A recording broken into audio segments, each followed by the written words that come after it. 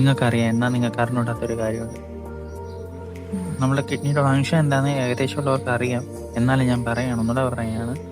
ഒന്ന് ഫിൽറ്റർ ചെയ്യുക. അതായത് ബ്ലഡിനെ ഫിൽറ്റർ ചെയ്ത് നമ്മുടെ ശരീരത്തിന് ബാലൻസ് ചെയ്ത് നിർത്തുന്ന കിഡ്നിയാണ്.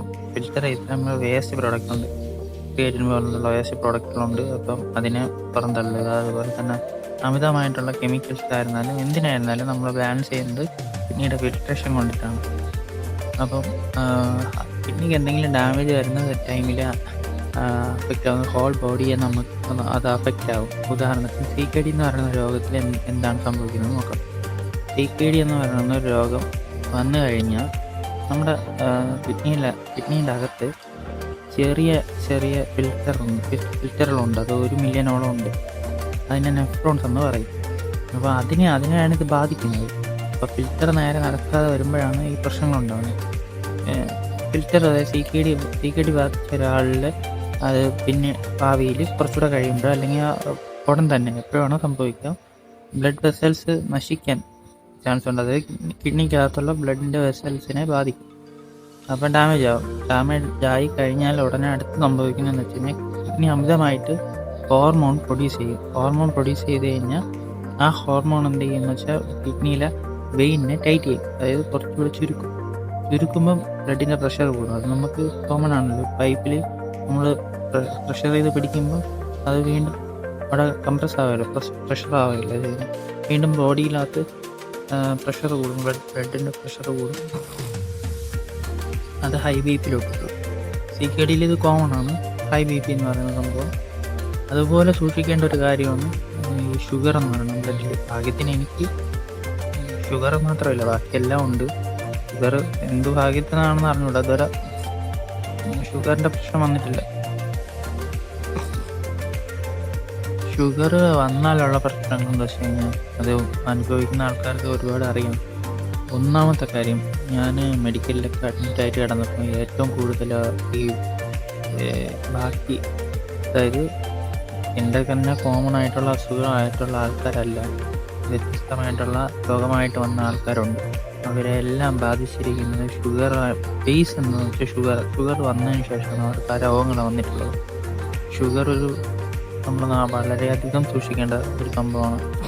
പിന്നെ ഷുഗർ പേഷ്യൻ്റ് അനുഭവിക്കുന്ന കുറച്ച് കാര്യങ്ങളെന്ന് പറഞ്ഞു കഴിഞ്ഞാൽ, നമ്മളൊരു ഓപ്പറേഷന് മുന്നേ ഷുഗർ കൺട്രോൾ ചെയ്യാതെ അവർ ചെയ്യില്ല. കാരണം അത് ഇൻഫെക്ഷനാകും. ശരീരത്തിനകത്തൊരു മുറിവ് വന്നു കഴിഞ്ഞാൽ അത് ഉണങ്ങാതെ അത് പിന്നെ പഴുക്കാൻ ചാൻസ് ഉള്ളത് കൊണ്ട് ഷുഗർ കൺട്രോൾ ചെയ്തിട്ട് അത് ചെയ്യത്തുള്ളൂ. അതൊന്നാമത്തെ വലിയൊരു പ്രശ്നമാണ്. അതായത് ഡയറ്റ് നീണ്ടു പോകും. അതിന് വീണ്ടും മെഡിസിൻ എടുക്കണം. അതൊരു പ്രശ്നമാണ്. എനിക്കും ഷുഗറില്ല, പക്ഷേ പറയാനുള്ളതെന്ന് പറഞ്ഞാൽ ഇപ്പോൾ ഷുഗർ പോലെ വേറൊരു സർജറിക്ക് വേണ്ടി പോയെങ്കിൽ ഷുഗർ ഉണ്ടെങ്കിൽ അതിന് ആ സർജറിക്ക് വേണ്ടിയിട്ട് സബ്ബായിട്ട് വേറൊരു കാര്യം ട്രീറ്റ് ചെയ്തുകൊണ്ടിരിക്കുന്നത്. അതായത് ഈ രോഗത്തിൻ്റെ പ്രശ്നമെന്ന് വെച്ച് കഴിഞ്ഞാൽ നമ്മൾ ഈ രോഗത്തിനായിരിക്കില്ല പോകുമ്പോൾ ചികിത്സ എടുക്കുന്നത്. ഇതിനനുബന്ധമായിട്ട് ഒരുപാട് പ്രശ്നങ്ങൾ വരും. അപ്പോൾ അതിനാണ് ഈ ട്രീറ്റ്മെൻറ്റ് എടുത്തുകൊണ്ടിരിക്കുന്നത്. എൻ്റെ കാര്യം പറഞ്ഞു കഴിഞ്ഞാൽ ഇപ്പം എനിക്ക് സ്ട്രോക്ക് വന്ന് കിടന്ന ടൈമിലാണ് ഈ ഡയാലിസിസ് എടുത്തത്. അന്നേരം ആദ്യം കഴുത്തിൽ IJV ഇട്ട് കഴിഞ്ഞ് ഹോസ്പിറ്റലിൽ വന്ന ആദ്യത്തെ വേദനയൊക്കെ എനിക്ക് ഓർമ്മയുണ്ട്. പക്ഷെ എന്നാലും ഈ സ്ട്രോക്ക് വന്നതുകൊണ്ട് മരുന്നും എടുക്കുന്നതുകൊണ്ട് അത്രയും എഫക്റ്റ് എനിക്ക് വന്നിട്ടില്ല IJV. ഇത് എല്ലാവർക്കും അത് വേദനിക്കണമെന്നില്ല. ഇത് എടുക്കുന്ന അനസ്തേഷ്യയും ഇടുന്ന ഡോക്ടറിനെ പോലെയൊക്കെ ഇരിക്കും. ഇപ്പോൾ കഴുത്തിൽ ചെറിയൊരു മുറിവാണ്. ട്യൂബാണ് ഇറക്കുന്നത്. വെസലിലോട്ട് ട്യൂബ് ഇറക്കി ഇടുന്ന സംഭവമാണ് ഈ IJV എന്ന് പറയുന്നത്. അതിനെ പൊതുവെ കത്തിയിട്ടെന്നും പറയും. അപ്പോൾ ഇതിട്ട് എനിക്കൊരു 4 തവണ മാറ്റിയത്. അങ്ങനെ മാറ്റിയപ്പോൾ എനിക്കുണ്ടായ പ്രശ്നമെന്ന് വെച്ച് കഴിഞ്ഞാൽ, വീട്ടിൽ വന്ന് മാക്സിമം നല്ല രീതിയിൽ സൂക്ഷിച്ചത്. വീട്ടിൽ വന്ന് കുറച്ച് കഴിയുമ്പോഴത്തേക്കും 1-2 ദിവസം കഴിയുക, അല്ലെങ്കിൽ ഒരാഴ്ച പോലും ആവില്ല, പെട്ടെന്ന് വയ്യാതാവും, പനി കൂടും, വിറയിലാവും, ഭയങ്കര ഷിവറിങ് എന്ന് പറഞ്ഞാൽ കൺട്രോൾ ചെയ്യാൻ പറ്റില്ല. ഷിവറിങ്ങിലോട്ട് പോകും. അപ്പം TRP എന്ന് പറയുന്ന സംഭവമാണ്. നമ്മുടെ ശരീരത്തിൽ എവിടെയെങ്കിലും ഇൻഫെക്ഷൻ ഉണ്ടെങ്കിൽ അറിയാൻ പറ്റും. ആ ടെസ്റ്റിൽ TRP നോക്കിയപ്പം ഹൈ റേറ്റ് ആയിരുന്നു. അപ്പം അത് ആദ്യമായിട്ട് നോക്കിയത് എവിടെ വെച്ചെന്ന് വെച്ചാൽ ഡയാലിസിസ് എടുത്തുകൊണ്ടിരുന്നത് അവിടെ വെച്ച് വൈകാതായി. എടുത്തുകൊണ്ടിരിക്കുമ്പോൾ ഷിവറിങ് ചെയ്തു. കാരണം ഈ കിറ്റിലാണ് പ്രശ്നം ഉള്ളതുകൊണ്ട് ഡയാലിസിസ് ഇതുവഴിയല്ല എടുക്കുന്നത്. ഡയാലിസിസ് എടുക്കുന്ന സമയത്ത് ഈ ഇതുകൊണ്ടൊന്ന് കൂടും. അപ്പോൾ ഷിവറിങ് കഴിക്കുമ്പോൾ കുറച്ച് നേരം സ്റ്റോപ്പ് ചെയ്ത് വെച്ചിട്ട് പിന്നെ എടുത്ത് 1-2 തവണ അങ്ങനെ മെഡിക്കലിൽ അഡ്മിറ്റ് ആയിട്ടുണ്ട്. അപ്പോൾ സത്യം പറഞ്ഞാൽ ഈ രോഗത്തിനല്ല ഞാൻ ട്രീറ്റ്മെൻറ്റ് എടുത്തത്. അതൊരു 4 ദിവസമാകുമ്പോൾ ഒരു ദിവസം, അതായത് ഒരു നേരം പോകുമ്പോൾ 14 ദിവസത്തോളം അഡ്മിറ്റ് ആവാറുണ്ട്. ട്രിപ്പായിരുന്നു, കയ്യിൽ ട്രിപ്പിടും, പിന്നെ ടെസ്റ്റ് ചെയ്യും. പിന്നെ ഫസ്റ്റ് അവരിത് റിമൂവ് ചെയ്യും. ഫസ്റ്റ് റിമൂവ് ചെയ്ത് ഞാൻ ഡയാലിസിസ് എടുക്കുന്നതിന് മുന്നേ വീണ്ടും എടുക്കും. അങ്ങനെ ചെയ്യുന്നു. ലാസ്റ്റ് എനിക്ക് കഴുത്തിയിടില്ല, കാലിലെന്നാണ് പറഞ്ഞത്. പക്ഷേ കഴുത്തിൽ തന്നെ താഴത്തിലുണ്ട്. കാലിലാണെങ്കിൽ നടക്കണത് പാടാണ്, ബുദ്ധിമുട്ടാണ്. ഡയാലിസിസ് എടുക്കാൻ നേരത്തും ശരം ബുദ്ധിമുട്ടാണ്. കഴുത്താകുമ്പോൾ വലിയ പ്രശ്നമില്ല, ക്ലീൻ ചെയ്യുമ്പോൾ ഉള്ളൊരിത് മാത്രമേ ഉള്ളൂ. ഇത് നന്നായിട്ട് ശ്രദ്ധിക്കേണ്ടത്, നന്നായിട്ട് ക്ലീൻ ചെയ്യണം. ക്ലീൻ ചെയ്ത് കഴിഞ്ഞാൽ വേറെ പ്രശ്നമൊന്നുമില്ല. പിന്നെ ഡയാലിസിസ് ഞാനൊരു 5 or 6 മാക്സിമം 6 വരെ അത് കഴിഞ്ഞ് ചേഞ്ച് ചെയ്യും. അത് ചേഞ്ച് ചെയ്യുന്നതാണ് നല്ലത്. ഓവറായിട്ട് പോലും ചിലർ 10 വരെ ചെയ്യുന്നവരുണ്ട്. ഡയാലിസിസിൻ്റെ ക്വാളിറ്റി പോലെയാണ് ഇത്. ചിലർ 10 എടുക്കുന്നവരുണ്ട്.